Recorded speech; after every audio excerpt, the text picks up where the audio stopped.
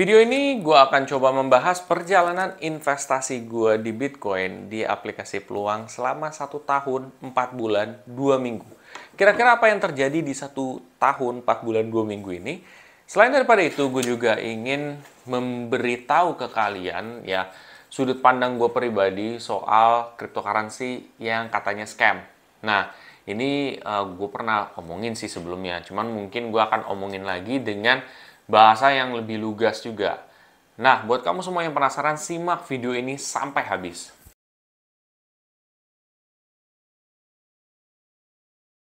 Jadi begini sobat investor ya, kalau kita ingin membahas soal cryptocurrency. Cryptocurrency sendiri ini memang kalau kita lihat dari berbagai negara, mereka punya pendapat yang berbeda-beda. Ada yang setuju dan ada yang tidak setuju. Contohnya seperti negara yang mengadopsi Bitcoin, ya itu pun pasti mereka setuju dong terhadap cryptocurrency semacam Bitcoin dan yang lainnya. Tetapi tidak semua negara seperti itu. Beberapa negara banyak yang tidak setuju. Contohnya seperti China, ya. Nah, itu juga sering kali ngomong saya tidak setuju, saya ban dan lain sebagainya. Begitu pula sebenarnya dengan Indonesia, ya.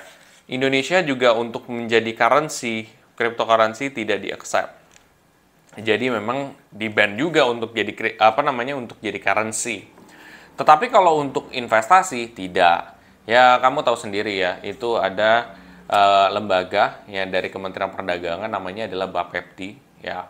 Jadi tugasnya itu adalah mengawasi ya komoditas. Nah, mengawasi komoditas itu salah satunya adalah cryptocurrency ya. Berarti kan secara lembaga untuk dia investment masih oke. Kenapa? Karena ya dari pihak pemerintah masih mengokekan nih dengan adanya lembaga yang artinya mau menseleksi dan ternyata oh iya bisa juga nih untuk jadi investment Bapepti itu.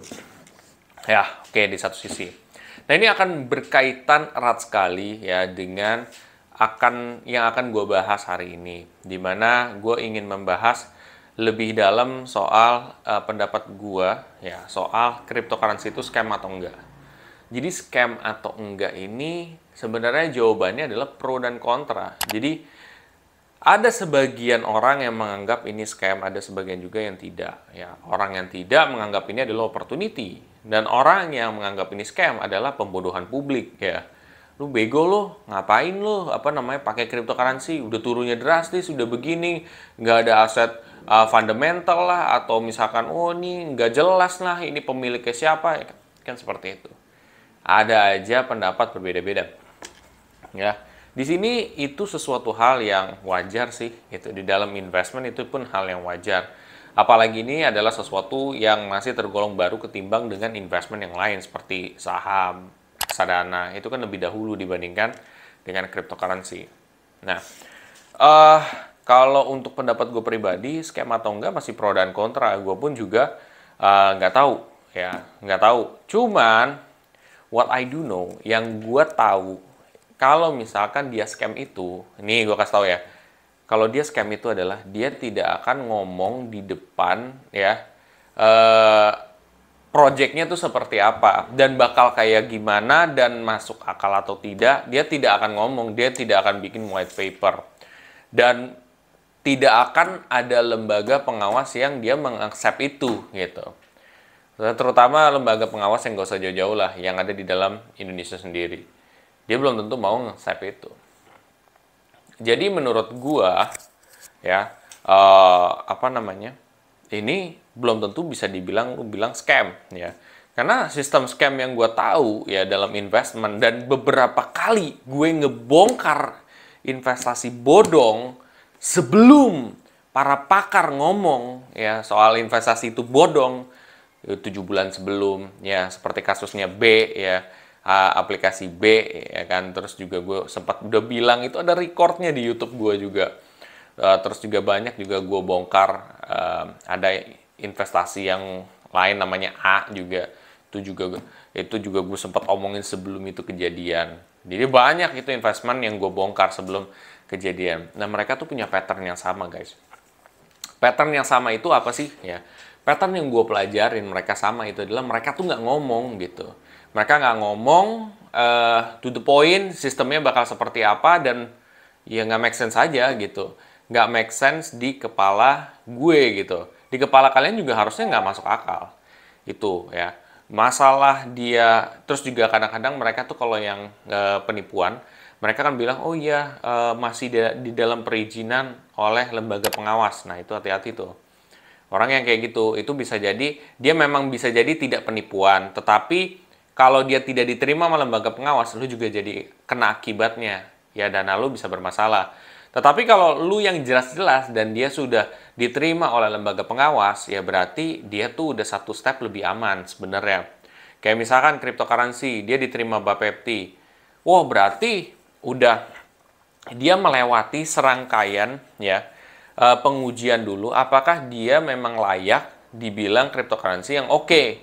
Karena kalau enggak, ya nggak bakal lolos gitu. Dan beberapa kali kan kita udah lihat kejadian beberapa cryptocurrency itu tidak lolos oleh Bapepti, tidak diokekan oleh Bapepti juga gitu. Artinya kan memang diseleksi juga gitu, apakah ini benar atau enggak. Kalau dia sampai masuk berarti kan dia udah masuk satu level ya. Tetapi apakah menjamin itu 100% aman? Tidak ada investasi di dunia ini yang 100% aman tanpa ada risiko 0, sekian persen, itu pasti ada ya. Di samping ada beberapa risiko itu, ada juga ya opportunity yang ada ya. Kayak misalkan contoh nih, beberapa orang dulu nggak percaya bahwa doji ya itu bisa bikin orang kaya ya, bahkan itu lawakan dan lain sebagainya. Tapi lihat, ada beberapa orang menjadi miliuner di dalam doji ya. Kalau dia pada saat dia jadi miliuner, dia take profit, selesai, udah urusan dia jadi orang kaya raya. Ya, pada saat itu orang berpendapat apa? Banyak yang nggak setuju. Nah, di balik sebuah pro dan kontra ini, kalau ketika lo masuk dan ternyata itu benar, itu memang bagus, ya lo bakal jadi kebanjiran duit. Tapi kalau lo misalkan belum masuk, ya udah, lo bisa ketinggalan juga. Tetapi di satu sisi ini kan pro dan kontra, kita nggak tahu which is baik dan buruknya seperti apa, benar atau enggaknya seperti apa. Kalau apa yang gue percaya adalah tidak seperti itu. Memang ada nggak sih cryptocurrency yang scam? Jawabannya ada. Cryptocurrency yang scam tuh ada. Ya kayak misalnya Squid Game, kayak gitu-gitu kan cryptocurrency yang scam. Tapi banyak juga cryptocurrency yang dia bagus-bagus. Ya memang ada beberapa yang bermasalah. Ya memang terjadi kok. Ya kan? Masalah cryptocurrency beda-beda.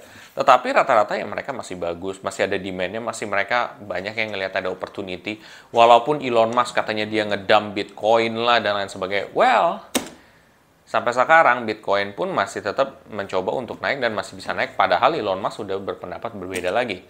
Back again, artinya adalah semua ke diri kamu masing-masing. Ya, percaya atau tidak itu scam atau enggak, itu balik lagi ke kamu. Kamu bagaimana pendapat ya? Kalau gue pribadi sih, tidak ya. Ya, gue tidak ya. Tidak semua cryptocurrency itu scam. Ya. Kenapa? Karena mereka ada yang punya sistem jelas. Mereka punya white paper yang jelas. Mereka udah punya market cap yang bagus. Mereka juga udah punya sistematis yang memang menurut gue masih cukup terbuka. Karena kalau misalkan bodong itu tuh, dia tuh sangat tertutup, Pak. Walaupun lu kelihatan terbuka, lu tertutup sebenarnya. Karena kalau misalkan yang benar-benar dia terbuka sistemnya, itu tuh nggak bakalan scam gitu. Jadi kayak misalkan lu udah terbuka dari awal, ya rugi maupun untung lu udah tahu gitu. Itu kan jadi tidak scam lagi. Ketika misalkan lu tidak tahu rugi dan untungnya, terus tiba-tiba kok sistem bisnisnya kayak begini, nah itu yang masalah scam gitu. Nah kalau menurut gua rata-rata ya cryptocurrency yang memiliki market cap gede rata-rata itu ya benar ya. Memang mungkin ada 1-2 yang tidak benar ya. Tetapi mayoritas itu benar. Itu dari sudut pandang gue. Bagi lagi lu mau berpendapat, oh kata si A begini, kata si B begini. Well, lo lihat sendiri orang-orang itu, ya ada juga kok mereka yang gagal prediksi kan. Gitu. Wah sorry, gue langsung ngomong to the point gitu. Ada mereka juga gagal prediksi, ada yang bekas mereka juga dari investasi bodong. Itu, karena jangan sampai karena lu merasa, oh gue dulu pernah kena investasi bodong begini-gini, terus lu menancapkan mindset bahwa investasi yang punya potensi untuk benar terus lu jatuhin, yang nggak juga kayak gitu Pak, gitu. Jangan begitu juga. Lagian juga kita kan punya lembaga regulasi. Kalau kita punya lembaga regulasi, emangnya mereka ngapain aja gitu? Kalau misalkan ada apa-apa dan ternyata cryptocurrency bermasalah, ya lu datang ke tempat regulasi yang udah memang mengokekan mereka, aplikasi mereka tetap ada. Misalkan di Bapepti, ya udah kalau misalkan lu merasa aplikasi cryptocurrency, oh ini bermasalah dan lain sebagainya, lu lapor sama Bapepti. Kenapa lu mengokekan aplikasi itu gitu? Kita kan sebagai seorang investor, kita mengacunya kepada lembaga pengawas gitu. Suatu hari nanti, lu pasti akan kena lembaga pengawas. Mau lu sebagai investor, mau lu sebagai apa ya, apa namanya itu, sebagai pemilik atau lu bekerja di sana, lu bisa kena, Pak. Lu tetap masih bisa apa namanya akan terkait di situ. Makanya jadi gua percaya ya udah gitu. Berarti lembaga pengawas sudah ngawasin benar. Pertanyaannya, apakah lembaga pengawas itu pasti benar dan lain sebagainya? Enggak. Ya, beberapa kali mereka melakukan error, itu pasti. Sama kayak gini, gue pakai sabuk pengaman. Gue udah sering banget gue bilang kayak gini. Lu pakai sabuk pengaman di mobil, apakah menjamin lu bakal tidak mati ketika lu misalkan kecelakaan mobil? Jawabannya adalah tidak. Tetapi itu meminimalisir resiko yang terjadi. Sama seperti adanya Bapepti atau lembaga pengawas. Tujuannya itu adalah meminimalisir resiko yang bakal terjadi ya. Kemungkinan dampaknya bisa diminimalisir. Itu tujuannya. Dan kita sebagai seorang investor, ya gue dari sudut pandang investor ya. Tujuan kita adalah ya pokoknya tugas kita adalah kalau misalkan ada sesuatu yang kurang atau apapun, sampaikan aja komplain kita karena mereka lembaga pengawas pun mereka juga nggak perfect, mereka pun nggak sempurna, makanya kita bantu.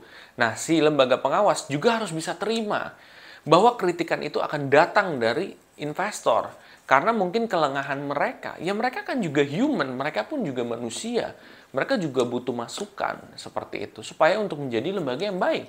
Sama seperti kamu, ketika kamu mau jadi lebih baik, apakah kamu nggak menerima saran orang lain? Kan tidak. Kamu harus bisa menerima saran orang lain, sepahit apapun itu. Karena kenapa? Karena kamu mau menjadi yang lebih baik.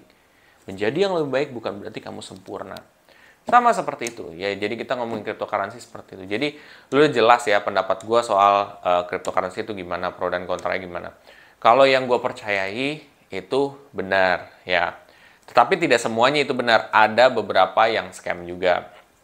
Ya, terus kalau misalkan kita balik lagi ke sini ya. Satu lagi nih, selain cryptocurrency kan gue juga ngebahas soal progres investasi gue. Tadi kan di Bitcoin juga udah gue jelasin dan di minggu ini gue juga top up. Ya, top up-nya itu sebesar 30.000. Caranya gimana? Gue tinggal klik di Bitcoin gue, masukin klik beli, masukin nominal investasi gue 30.000, selesai. Udah simple itu.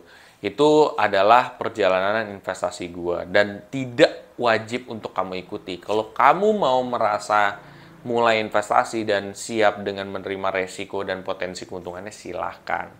Nah, buat kamu semua yang setelah ini termotivasi untuk ya mulai berinvestasi di cryptocurrency, di reksadana, kamu bisa coba pakai kode referral gue yang ada di kolom deskripsi di bawah ini. Nanti lo bisa dapat ya berupa bonus dari 15.000 sampai 1 juta apabila kalian itu bisa nge-keep dana kalian 1 juta selama 45 hari. Lumayan kan untuk nambahin investasi kamu. Balik lagi, itu terserah kamu. Kalau kamu mau aja, kalau nggak mau juga nggak apa-apa. Ini gue sebagai sharingan aja, biar santai aja gitu. Dan bila mana kamu merasa video ini sangat bermanfaat, kamu coba share aja di sosial media kamu, di Instagram, Facebook, WhatsApp, Telegram, dan lain sebagainya. Sampai jumpa di video selanjutnya. Terima kasih.